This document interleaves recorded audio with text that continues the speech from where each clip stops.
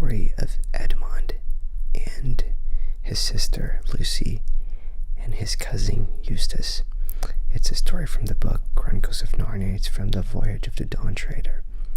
It's one of my favorite stories, and it talks about how Eustace became a dragon and how he became a human after he had become a dragon. So it's just really interesting. I hope you will enjoy it. So what follows is Eustace talk with his cousin Edmund.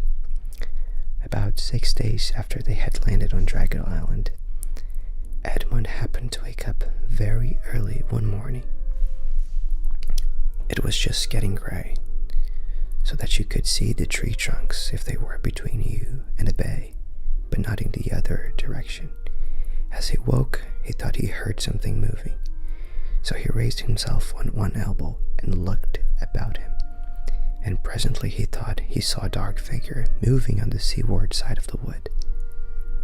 The idea that at once occurred to his mind was, are we sure there are no natives on this island after all? Then he thought it was Caspian. It was about the right size, but he knew that Caspian had been sleeping next to him and could see that he hadn't moved. Edmund made sure that his sword was in his place and then rose to investigate. He came down softly to the edge of the wood, and the dark figure was still there. He saw now that it was too small for Caspian and too big for Lucy. It did not run away. Edmund drew his sword and was about to challenge the stranger when the stranger said in a low voice, "Is that you, Edmund?" "Yes. Who are you?" said he. "Don't you know me?" said the other. "It's me, Eustace." "By Jove," said Edmund, "so it is, my dear chap." "Hush," said Eustace, and lurched as if he were going to fall. "Hello," said Edmund, steadying him. "What's up? Are you ill?"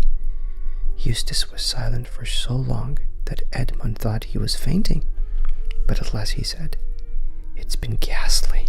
You don't know, but it's all right now. Could we go and talk some more? I don't want to meet the others just yet." "Yes, rather. Anywhere you like," said Edmund. "We can go and sit on the rocks over there. I say, I am glad to see you looking yourself again. You must have had a pretty beastly time." So they went to the rocks and sat down looking out across the bay, while the sky got paler and paler and the stars disappeared, except for one very bright, one low down and near the horizon. "I won't tell you how I became a dragon till I can tell the others and get it all over," said Eustace. "By the way, I didn't even know it was a dragon till I heard you all using the word when I turned up there the other morning. I want to tell you how I stopped being one." "Fire ahead," said Edmund. "Well, last night I was more miserable than ever, and that beastly arm ring was hurting like anything. Is that all right now?" Eustace laughed, a different laugh from any Edmund had heard him give before, and slipped the bracelet easily off his arm. "There it is," he said, "and anyone who likes can have it as far as I'm concerned. Well, as I say, I was lying awake and wondering what on earth could become of me. And then, but mind you, it may have been all a dream, I don't know." "Go on," said Edmund with considerable patience. "Well, anyway, I looked up and saw the very last thing I expected. A huge lion coming slowly towards me. And one queer thing was that there was no moon last night, but there was moonlight where the lion was. So he came nearer and nearer. I was terribly afraid of it. You may think that being a dragon, I could have knocked any lion out easily enough, but it wasn't that kind of fear. I wasn't afraid of eating me. I was afraid of it. If you can understand. Well, it came close up to me and looked straight into my eyes, and I shut my eyes tight. But that wasn't any good because it told me to follow it." "You mean it spoke? It spoke?" I don't know. Now that you mention, I don't think it did. But he told me all the same. And I knew I'd have to do that. It told me. So I got up and followed it. And it led me a long way into the mountains. And there was always this moonlight over and around the lion wherever we went. So at last we came to the top of a mountain I'd never seen before. And at the top of this mountain, there was a garden, trees and fruit and everything. In the middle of it, there was a well. I knew it was a well because you could see that the water bubbling up from the bottom of it, but it was a lot bigger than most wells, like a very big, round bath with marble steps going down into it. The water was as clear as anything. I thought if I could get in there and bathe, it would ease my pain in my leg. But the lion told me I must undress first. Mind you, I don't know if he said any words out loud or not. I was just going to say that I couldn't undress because I hadn't any clothes on, when I simply thought that dragons are snaky sort of things, and snakes can cast their skins, right? Oh, of course, I thought, that's what the lion means, right? So I started scratching myself, and my scales began coming off all over the place. And then I scratched a little deeper, and instead of just scales coming off, here and there, my whole skin started peeling off beautifully, like it does after an illness, or as if it was a banana. In a minute or two, I just stepped out of it. I could see it lying there beside me, looking rather nasty. It was a most lovely feeling. So I started to go down into the well for my bathe. But just as I was going to put my feet into the water, I looked down and saw that they were all hard and rough and wrinkled and scaly, just as they had been before. "Oh, that's all right," said I.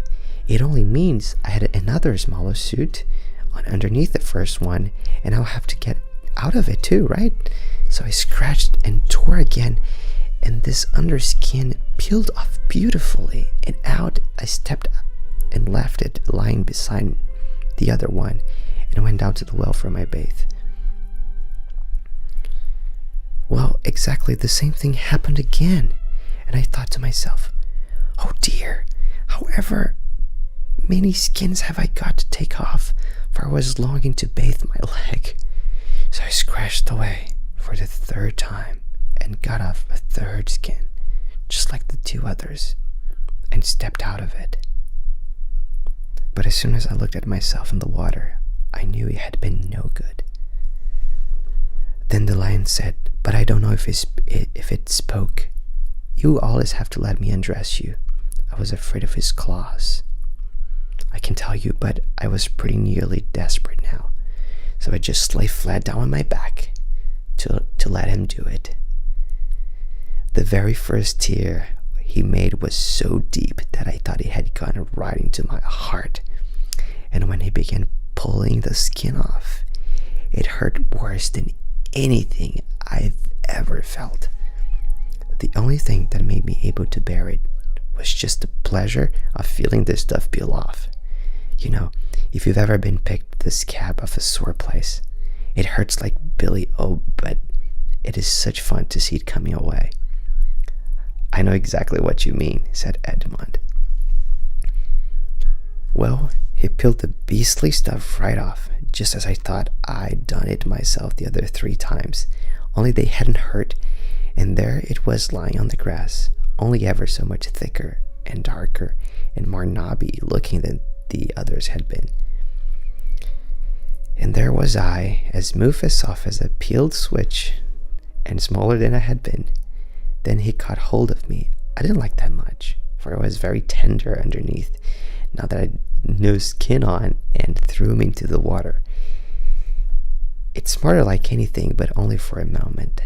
After that, it became perfectly delicious, and as soon as I started swimming and splashing, I found that all the pain had gone from my arm, and then I saw why. I turned into a boy again. You'd think me simply funny Phony if I told you how I felt about my own arms. I know they've no muscles and are pretty moldy compared to Caspian's, but I was so glad to see them. After a bit, the lion took me out and dressed me. Dressed you? With his palms? Well, I don't know exactly. I don't remember that bit. But he did somehow or other, in new clothes. The same I've got on now, as a matter of fact. And then suddenly I was back here, which is what makes me think it must have been a dream. No, it wasn't a dream, said Edmond. Why not? Well, there are the clothes, for one thing, and you have been, well, undragoned for another. What do you think it was then? Asked Eustace. I think you've seen Aslan, said Edmund. Aslan, said Eustace. I've heard that name mentioned several times since we joined the Dawn Trader. And I felt, I don't know what, I hated it. But I was hating everything then. And by the way, I'd like to apologize. I'm afraid I've been pretty beastly. That's all right, said Edmond. Between ourselves, you haven't been as bad as I was on my first trip to Narnia. You were only an ass, but I was a traitor. Well, don't tell me about it then, said Eustace. But who's Aslan? Do you know him? Well, he knows me, said Edmond. He's the great lion, the son of the Emperor of Russie, who saved me and saved Narnia. We've all seen him. Lucy sees him most often, and it may be Aslan's country we're sailing to. Neither said anything for a while. The last bright star had vanished, and though they could not see the sunrise because of the mountains on their right, they knew it was going on because the sky above them and the bay before them turned the color of roses. Then some bird of the parrot kind screamed in the wood behind them. They heard movements among the trees, and finally a blast on Caspian's horn. The camp was astir.